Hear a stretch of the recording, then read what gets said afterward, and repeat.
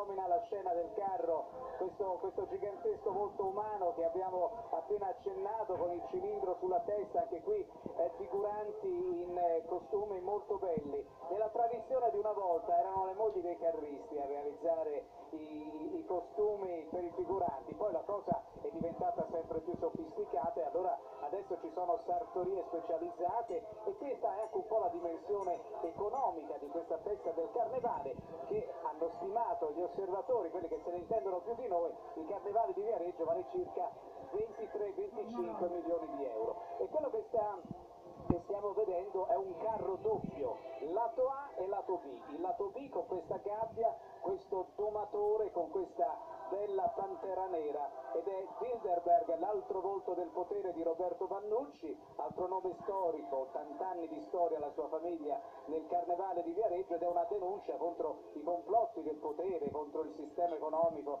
misterioso, magari dell'alta finanza, che non segue il bene comune e schiaccia i cittadini. Tanti bambini a Viareggio li stiamo vedendo nelle immagini della squadra esterna di Firenze diretta da Teresa Pelliccia e dal nostro direttore di produzione Giorgio Scifoni. Andiamo avanti, c'è un altro carro che sta arrivando, Marco, ecco, lo dobbiamo scoprire, cosa puoi raccontarci? È un carro con un titolo abbastanza impegnativo, si intitola Io sono Dio, firmato dai fratelli Umberto e Stefano Cinquini, è dedicato ad internet, al mondo online, sono temi veramente d'attualità che al Carnevale di Viareggio da qualche anno stanno venendo davvero in primo piano, con risultati straordinari. Riconoscete il personaggio che sta venendo fuori a sorpresa? È Zuckerberg, l'inventore dei social network, quindi un personaggio molto discusso, è rappresentato come un diavoletto perché effettivamente il mondo virtuale, il mondo di internet ha i suoi lati positivi ma anche i suoi lati,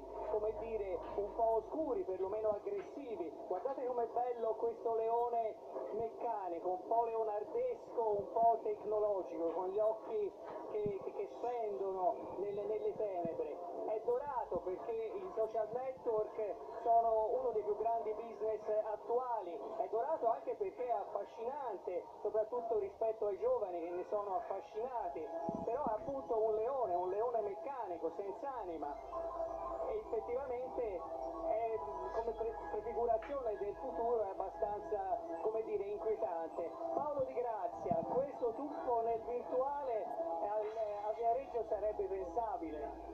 Ma senti, io il Carnevale 2.0 non riesco a immaginarlo.